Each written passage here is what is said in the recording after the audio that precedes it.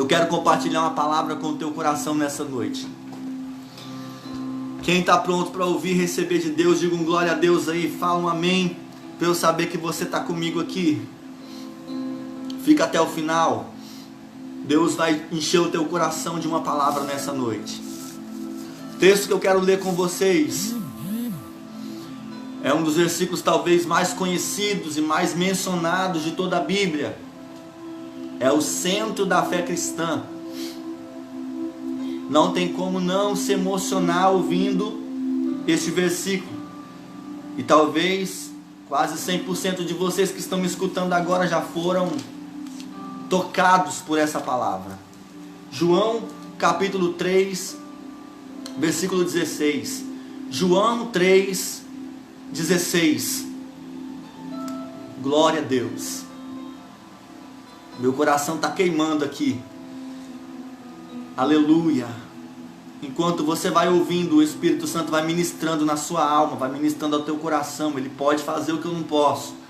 Ele consegue fazer o que eu não consigo. Ele faz o que homem nenhum pode fazer. João 3,16 diz: porque Deus amou o mundo de tal maneira que deu o seu Filho unigênito, para que todo aquele que nele crê não pereça, mas tenha a vida eterna. Eu quero dizer para você que o assunto que nós vamos conversar, a palavra que nós vamos compartilhar hoje é um assunto muito relevante, porque não fala sobre as coisas dessa vida. O salmista escreveu que os dias aqui são curtos, alguns vivem 70, 80 pela sua robustez, e quando muito passam dos 70, a Bíblia mesmo diz que é canseira e enfado. Então a nossa trajetória aqui nessa vida é passageira. Nós somos como a erva do campo que perece e se vai. Mas eu quero falar com você hoje não sobre as coisas daqui, porque as coisas daqui são perecíveis e passa tudo muito rápido, como um piscar de olhos. Parece que foi ontem que aconteceu tanta coisa, e na verdade quando você vai observar, já tem 10, 15 anos atrás. E nós percebemos que os tempos vão passando muito rápido, as coisas vão avançando, os tempos vão avançando, e nós muitas vezes ficamos muito preocupados com as coisas dessa vida, que são passageiras.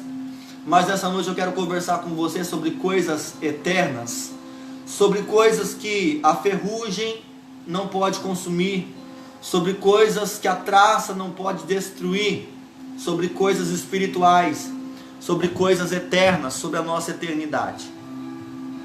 E esse texto é muito conveniente, porque ele diz que Deus amou o mundo. Ora, nós sabemos que Deus não amou os crentes, Deus não amou os cristãos, Deus não amou os servos dele, Deus amou o mundo. E quando ele fala que amou o mundo, ele amou a toda a humanidade. Não existe ninguém que ficou fora desse amor. Não existe ninguém que ficou fora dessa virtude. Ninguém ficou fora desta graça abundante, que é o amor de Deus mencionado e manifesto na vida de nós, seres humanos. Então vai gravando isso no seu coração. Você é amado por Deus. E quando se dá a nossa salvação, nós aprendemos durante toda uma vida que aquele que crê e for batizado será salvo. O próprio Jesus ensinou assim. Mas esse crer está envolvendo algo que deve ser entendido, e eu quero compartilhar e trazer isso ao seu coração como uma verdade bíblica nessa noite. A nossa salvação, ela se dá quando nós correspondemos ao amor de Deus com uma grande intensidade. Deus amou o mundo de tal maneira, e essa maneira pode ser medida. Como? Ele deu, ele ofertou, ele doou o seu Filho unigênito para que morresse pregado numa cruz, para que hoje você e eu, que cremos naquilo que ele fez, que cremos que ele morreu pelos nossos pecados, que cremos que ele ressuscitou dos mortos ao terceiro dia, que cremos no poder do seu nome, fôssemos salvos. Se hoje nós podemos celebrar a alegria da salvação, o nome escrito no livro da vida, foi por causa desse amor tão grande que o Deus de toda a criação, que o Deus de toda a eternidade um dia sentiu por cada um de nós, mesmo nós sendo falhos, mesmo nós sendo pecadores, mesmo nós não sendo merecedores desse amor, Ele nos amou. Mas quando acontece efetivamente a salvação de uma pessoa, eu digo que é quando esse amor é correspondido. Eu quero te fazer uma pergunta nessa noite. Essa pergunta é retórica. Você não precisa responder para mim, responde para você mesmo. Por que você é cristão? Por que você serve a Deus? Vamos colocar no português rasgado. Por que você é crente? Que razões te levou a crer no Evangelho, a crer em Jesus Cristo, a se auto-intitular Filho de Deus? Por que você é salvo? Por que você é crente? Quando nós pregamos o Evangelho, costumeiramente nós colocamos algumas razões pelas quais as pessoas devem aceitar Jesus como Salvador. Nós impomos algumas razões pelas quais as pessoas devem se tornar cristãs como nós. Nós muitas vezes de maneira bem coercitiva impomos isso sobre as pessoas. E eu vou citar com você aqui, fazer você recordar, fazer você lembrar de algumas das razões pelas quais uma pessoa tem que aceitar Jesus. E talvez você vai conseguir se identificar com algumas delas e dizer assim: eu aceitei Jesus por causa disso. E quem nunca disse para alguém assim: olha, você precisa aceitar Jesus, porque senão quando você morrer, você vai para o inferno. Talvez você que está me ouvindo aqui já tenha dito isso para alguém.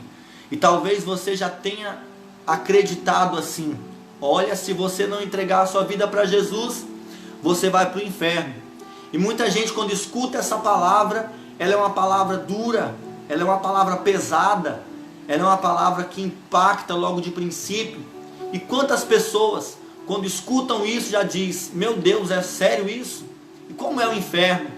E quando você começa a falar sobre o inferno, a pessoa começa a ficar com medo, ela começa a ficar com pânico, o coração dela se enche de pavor. Então ela diz: então eu vou mesmo aceitar Jesus, porque eu não quero ir para esse lugar, eu não quero ser atormentado durante toda a eternidade, eu não quero queimar no lago do inferno. E ela aceita Jesus, e ela batiza, e o sentimento, a motivação que levou ela a aceitar Jesus foi porque ela tem medo de ir para o inferno. Outras pessoas, quando vão evangelizar alguém, começam a falar sobre o céu e diz: olha, você precisa aceitar Jesus para quando você morrer, você ir para o céu. Ah é? E como é o céu? Aí começamos a citar os textos que o apóstolo Paulo diz: eu fui lá e voltei, nem olhos viram, nem ouvidos ouviram, nem nunca subiu ao coração do homem, são as coisas que Deus tem preparado para aqueles que o amam, e essas coisas estão no céu. Então você precisa entregar a sua vida para Jesus para você ir para o céu. Então você precisa batizar nas águas para você ir para o céu. E a pessoa com o coração cheio de expectativa de entrar no céu, ela aceita Jesus, ela batiza nas águas. Talvez você encontre alguém doente e você diz para ela: olha, você precisa aceitar Jesus. E ela diz: por que eu tenho que aceitar Jesus? Por que eu tenho que ser crente? Por que eu tenho que batizar? Por que eu tenho que ser cristão? Aí a pessoa vai pregando ou evangelizando, essa pessoa vai dizer assim: olha, porque o Jesus que eu estou pregando para você, Ele tem poder de curar a sua enfermidade, Ele tem poder de sarar as suas feridas, Ele tem poder de curar e tirar você desse leito de enfermidade que você está vivendo e trazer saúde para você. Quantas pessoas em depressão, quantas pessoas angustiadas, tristes, abatidas, tentando se suicidar, tentando tirar a sua própria vida. Aí vai a gente evangelizar essa pessoa e diz: meu irmão, você precisa aceitar Jesus. Meu irmão, você precisa entregar a sua vida para Ele. Meu irmão, você precisa batizar nas águas. Ele vai perguntar: por que eu tenho que fazer isso? Ele tem que falar. Aí você diz: porque Jesus pode tirar você dessa depressão, porque Jesus pode impedir você de fazer uma besteira com a sua vida, porque Jesus pode tirar essa tristeza de dentro de você e preencher esse espaço vazio de tristeza, de angústia, de solidão, e preencher esse espaço e fazer o seu coração sentir alegria. Aí você encontra alguém desempregado e você diz para ele: você precisa aceitar Jesus. Ele diz: por que eu tenho que servir a Deus, aceitar Jesus? Aí você responde: porque Jesus pode abrir uma porta de emprego para você. Você está precisando trabalhar, vamos lá na igreja fazer uma campanha para você receber uma porta aberta. Deus vai dar um emprego para você e você vai ser abençoado nessa área. Aí a gente encontra alguém que está passando por dificuldades financeiras e diz: olha, você precisa entregar a sua vida para Jesus. Aí a pessoa pergunta: mas por que eu tenho que fazer isso? Aí ela vai falar sobre a motivação. Porque Jesus pode prosperar você, porque Ele tem o poder de fazer o pobre ficar rico, porque Ele tem o poder de fazer você prosperar, de fazer você alcançar lugares altos, de fazer você crescer na vida, de fazer sua empresa prosperar, de fazer sua renda multiplicar, de fazer o seu patrimônio dobrar. Todas essas razões que eu citei para você aqui agora são verdadeiras. Todas essas razões, elas são aceitáveis e consideradas. Mas eu quero dizer para você nessa noite: não me tenha como uma pessoa que não tem noção do que está falando quando eu te falar o que eu vou te falar agora. Talvez isso soe pesado para você, mas entenda no Espírito e preste atenção em cada palavra que eu vou começar a te falar a partir de agora, para que você não fique assustado com o que eu vou te dizer. Se você aceitou Jesus debaixo de uma dessas motivações que eu acabei de citar para você aqui agora, se você aceitou Jesus porque você tinha medo de ir para o inferno, se você aceitou Jesus porque você queria ir para o céu, se você aceitou Jesus porque ele poderia curar a sua enfermidade, se você aceitou Jesus porque Ele podia socorrer você na sua angústia, se você aceitou Jesus porque Ele poderia te prosperar, abrir uma porta de emprego, enriquecer você, talvez há uma grande possibilidade de que você nunca tenha conhecido a Deus de verdade. Há uma grande possibilidade de que você não seja salvo de verdade. E há uma grande possibilidade de você não ter experimentado verdadeiramente aquilo que João 3,16 trouxe como proposta para nós. Como assim, pastor? Você está confrontando a minha salvação? Eu quero colocar um ponto de interrogação na sua salvação agora. Não por causa das suas obras, porque ninguém é salvo por aquilo que você faz. Você é salvo por aquilo que Jesus fez. Só que isso é medido, isso pode ser mencionado, isso pode ser mensurado, isso pode ser colocado em balança. A sua salvação é algo que pode ser medida, e ela é medida com o termômetro do amor, porque Deus amou o mundo de tal maneira. Então Deus te amou. Agora eu quero te perguntar: de que forma você tem correspondido a esse amor que Deus ofereceu a você quando entregou o seu único filho para morrer no seu lugar? Quantas pessoas eu vi indo para a igreja porque estava com medo de ir para o inferno, e ela ficou 3, 4 meses na igreja no máximo, e quando o medo de ir para o inferno passou, ela se desviou. Quantas pessoas ficam abismadas quando ouve falar do céu, e ela vem para a igreja, ela batiza quando ela vai para a igreja porque ela quer ir para o céu, e de repente o céu, a convicção do céu parece tão abstrata, porque não chega, é coisa eterna, é difícil da gente compreender. A realidade do céu é grandiosa demais para a nossa mente humana limitada, e aquela expectativa vai se esvaecendo e a pessoa se desvia. Quantas pessoas vêm para a igreja, aceitam Jesus porque estava doente, Jesus curou a enfermidade, mas depois que ela é curada, o tempo passa e ela volta para a vida antiga.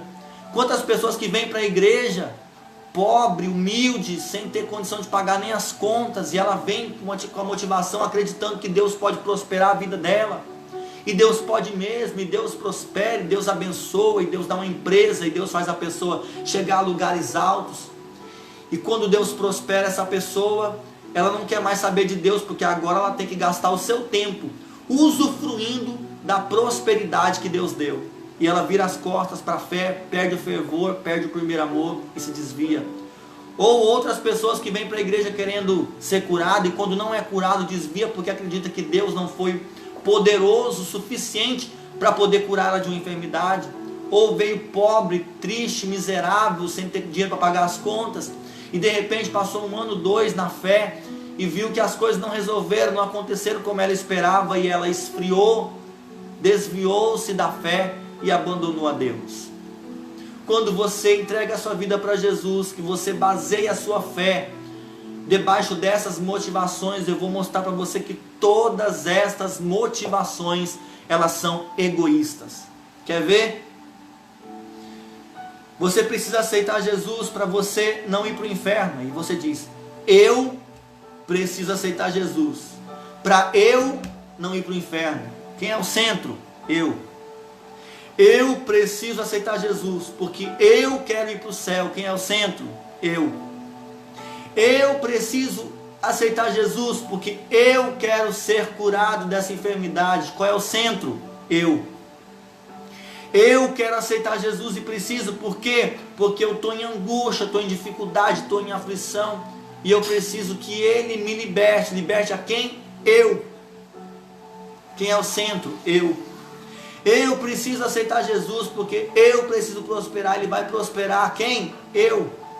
Então você percebe que na nossa vida cristã, na nossa fé, a motivação, a base são todas egoístas, porque todas elas dizem respeito a nós. Eu não quero ir para o inferno, eu quero ir para o céu, eu quero que Ele me cure, eu quero que Ele me prospere, eu quero que Ele me abençoe, eu. E a Bíblia diz em Romanos capítulo 11, versículo 36, que dele, por Ele, para Ele são todas as coisas. E a nossa salvação passa uma vida inteira sendo baseada nas nossas motivações egoístas. E eu quero aqui dizer para você que nunca foi sobre você, sempre foi sobre Ele. Porque se o centro da sua fé não for Ele, a sua salvação pode ser interrogada. Porque na verdade você não está atrás de corresponder ao amor dEle, mas você está atrás em satisfazer as suas ambições. Quando você vem para a fé por conta dessas motivações egoístas, a sua vida cristã ela é pautada numa busca incessante em satisfazer as suas vontades, satisfazer os seus egos. Aí você vai para o monte, para quê? Para Deus dar a bênção que você precisa. Aí você faz campanha, para quê? Para Deus abrir a porta que você quer. Aí você jejua para quê? Para Deus responder a sua oração. Então todas as coisas na sua fé dizem respeito a você, porque as suas ambições são egoístas. Eu estou aqui para dizer para você que se não for por Ele, se Ele não for o primeiro, se Ele não for o centro, se Ele não for o principal, se Ele não tomar o lugar principal na sua vida, a sua salvação na verdade nunca existiu, e ela não passou de uma esteira de academia onde você ficou correndo, não chegou a lugar nenhum, ou talvez você chegou a algum lugar, satisfez as suas vontades, e a sua vida de relacionamento com Deus ela nunca existiu. Ele amou você de tal maneira, e eu te pergunto, como é que você corresponde a esse amor? Quando eu pergunto para você por que você é crente, se a tua resposta não for porque eu sou tão grato a Ele por aquilo que Ele fez naquela cruz por mim, você nunca foi salvo. Se quando eu pergunto para você por que você é cristão e você não me responder que foi por causa daquele sacrifício, daquela humilhação, daquela vergonha, daquelas chibatadas, daquela coroa de espinho, daquela lança cravada no peito, Ele abriu mão da sua glória, Ele se despiu de toda a sua glória para estar conosco, descendo a humilhação de se tornar um ser humano tão mísero, pecador, levando o peso de toda a humanidade sobre as suas costas. Se a sua resposta não for essa, se a sua resposta não for porque você ama Ele, independente daquilo que Ele fizer na sua vida, você não é salvo. Eu quero te fazer mais uma pergunta, para balançar um pouquinho mais a sua fé. Se alguém aparecesse para você hoje, se Deus aparecesse para você hoje, e dissesse para você, olha, o céu não existe, o inferno também não existe, você vai viver a vida do jeito que você quiser, e quando você morrer, morreu, acabou. Não tem céu, não tem recompensa para quem for bonzinho, e não tem castigo eterno para quem for mal. Não tem céu, não tem inferno. Se Deus dissesse para você isso hoje, você continuaria sendo servo de Deus? Você continuaria amando a Deus? Você continuaria na presença de Deus? Ou você tem medo do inferno? Porque se você veio para a igreja porque você tem medo do inferno, sinto te informar, você vai para o inferno com igreja e tudo. Se você veio para a igreja só porque você tem uma expectativa de ser recompensado no céu, eu sinto muito, mas você não amou a Deus verdadeiramente. Eu vou te falar de um homem que na sua própria carne, na sua própria existência, teve que experimentar algo que eu vou te mostrar agora, dentro da palavra de Deus, para que no fim da sua vida ele entendesse que o que ele precisava não era simplesmente fazer um monte de coisa, o que ele precisava era corresponder. João 3,16. Porque Deus amou o mundo de tal maneira. Eu sou salvo quando eu correspondo a esse amor, o amando profundamente, independente se ele abre uma porta, se ele não abre uma porta, independente se ele cura a minha enfermidade ou se ele não cura a minha enfermidade, eu amo.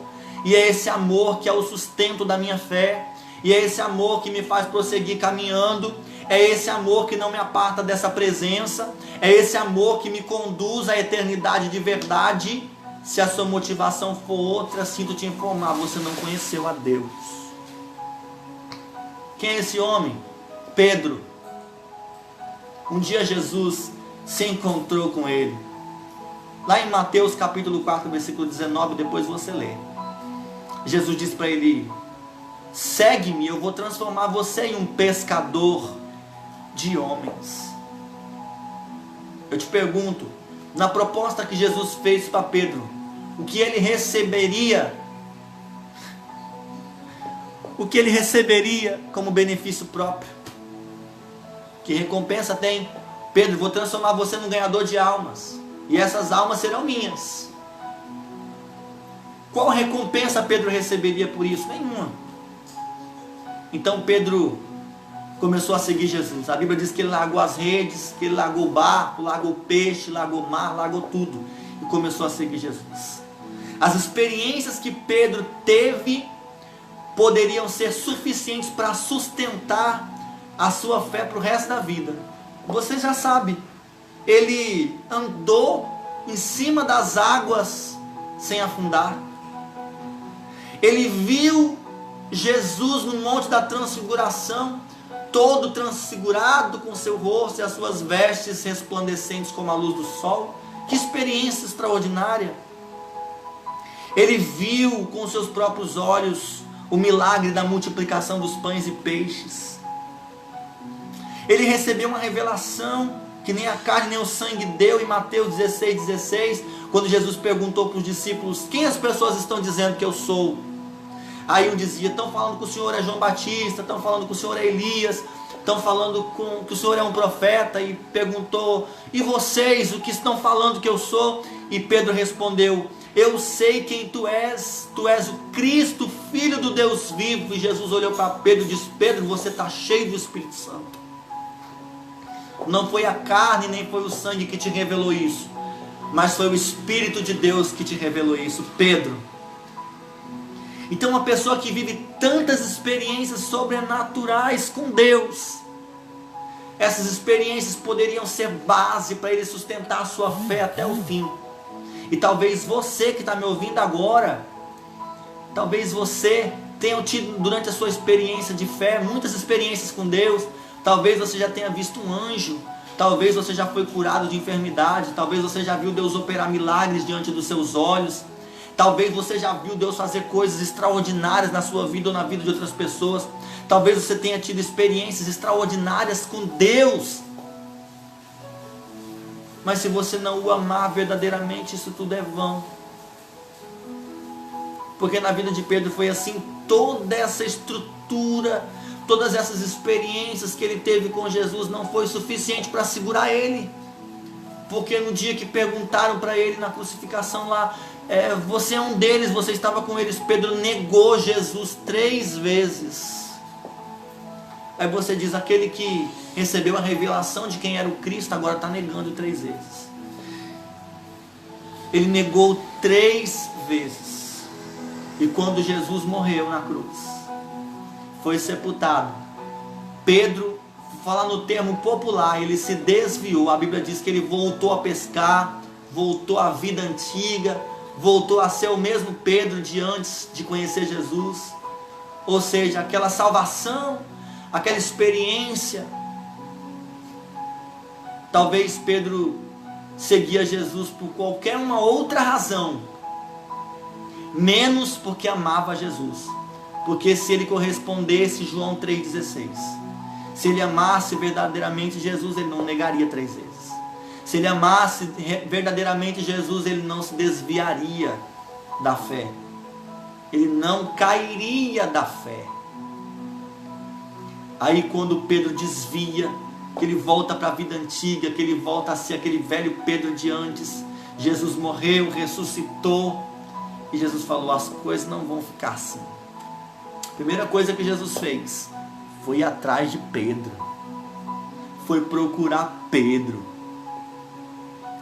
E nesse novo encontro, Jesus vai trazer a motivação que deveria ser aquela primeira. O amor é manifesto ali, e Jesus vai esquadrinhar o coração de Pedro, confrontando ele.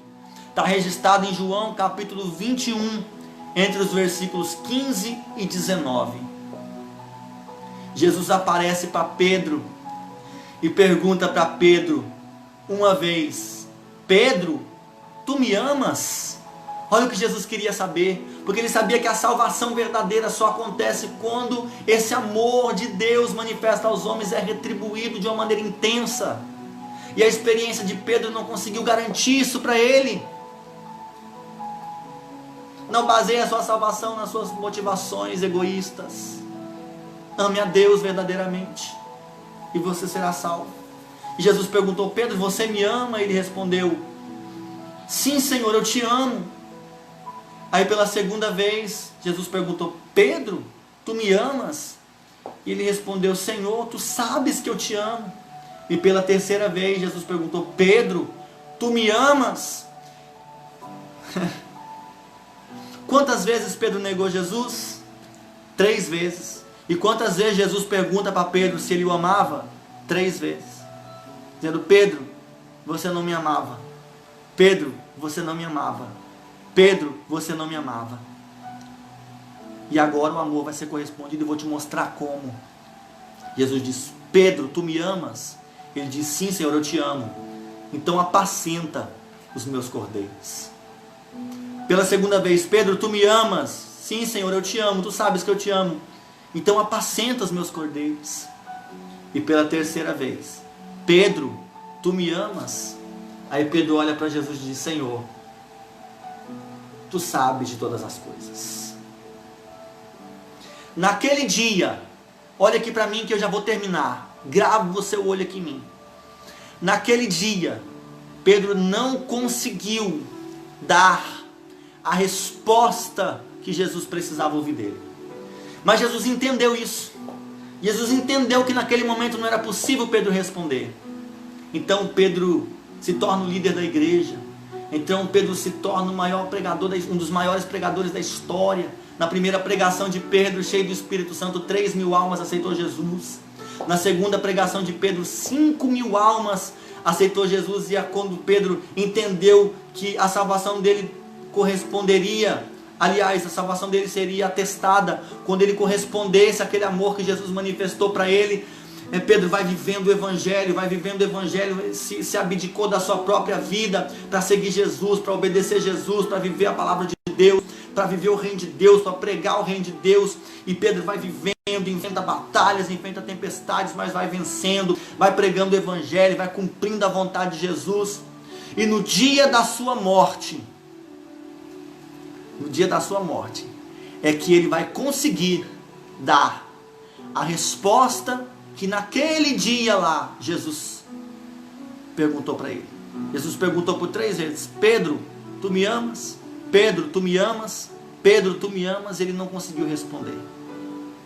Mas no dia da sua morte, a Bíblia não diz, mas a história vai contar, que no dia da morte de Pedro, disseram: você foi condenado a morrer crucificado numa cruz. Aí Pedro diz: eu não posso.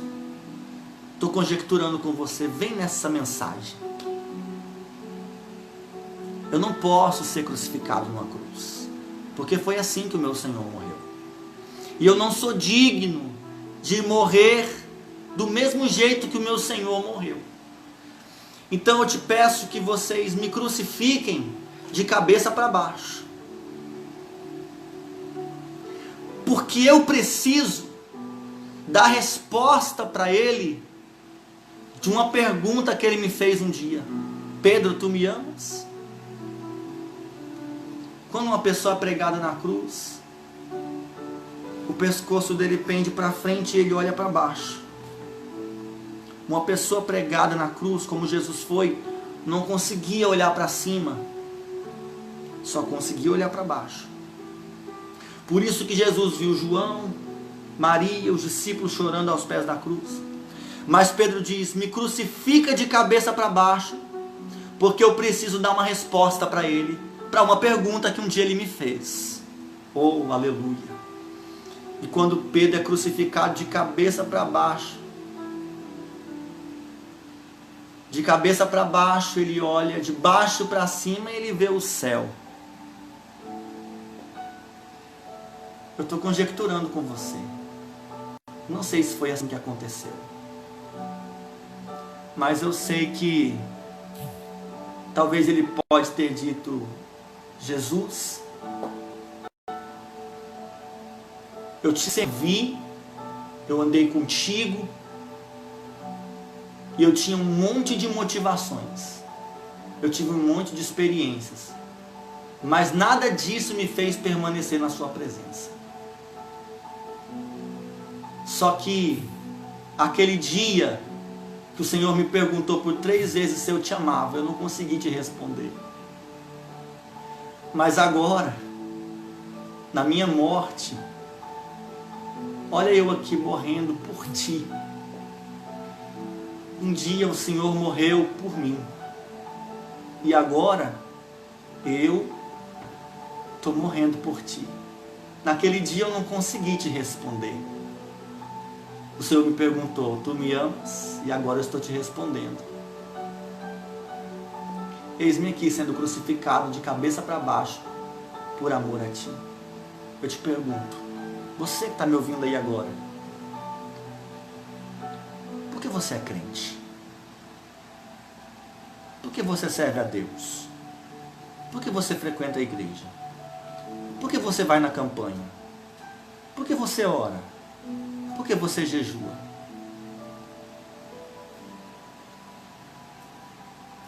Você tem medo do inferno?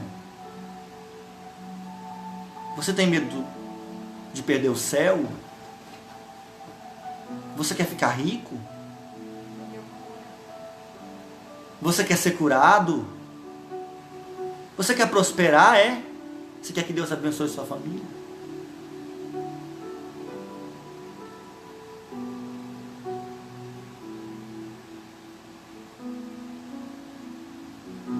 Ninguém pode ter a certeza do seu nome escrito no livro da vida se não entender verdadeiramente o que é amar a Deus. E amar a Deus é ser capaz de corresponder João 3,16. Porque Deus amou o mundo de tal maneira, Ele me disse, que Ele deu o seu Filho. Jesus te amou de tal maneira que Ele entregou a vida dele por você. Eu te pergunto, você seria capaz de amá-lo a ponto de entregar a sua vida para Ele? Ele não está interessado em quanto você ganha por mês. Ele não está interessado em quantas vezes por ano você troca de carro. Ele não está interessado em quantas vezes na semana você vai para o culto. Ele não está interessado em quantas vezes você ora e jejua. Ele não está interessado em quanto de dízimo e oferta você entrega na igreja. Os oportunistas da fé, eles tratam essas motivações em você. E vai na campanha. para satisfazer as suas vontades, os seus desejos. Mas eu estou aqui nessa noite como uma voz profética para dizer: você precisa aprender a amar Deus. E se a sua salvação não for baseada nesse amor, eu não posso dizer que você um dia conheceu o Senhor. Eu vou terminar aqui e eu quero deixar essa palavra como uma reflexão para a sua mente.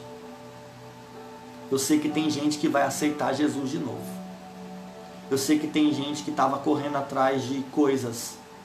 E enquanto você estava correndo atrás de coisas, Deus está querendo você. Enquanto você quer ser liberto, Deus está querendo você. Enquanto você quer prosperar, Deus está querendo você. Enquanto você quer enriquecer, Deus está querendo você. Ele quer a tua alma, Ele quer você, Ele quer o teu coração. Ele quer o seu amor. Ele quer que você corresponda João 3,16. E se você puder fazer isso, o céu já é seu. Do inferno você já está livre. E todas as bênçãos que esse amor pode proporcionar na vida de uma pessoa já estão postas diante dos teus olhos, sem você precisar fazer nenhum esforço para isso. Deus fez com que isso fosse trazido diante dos seus olhos, gratuitamente, porque a bênção de Deus é gratuita. Ela enriquece e não acrescenta dores. De graça eu recebi, de graça eu estou te dando nessa noite essa palavra.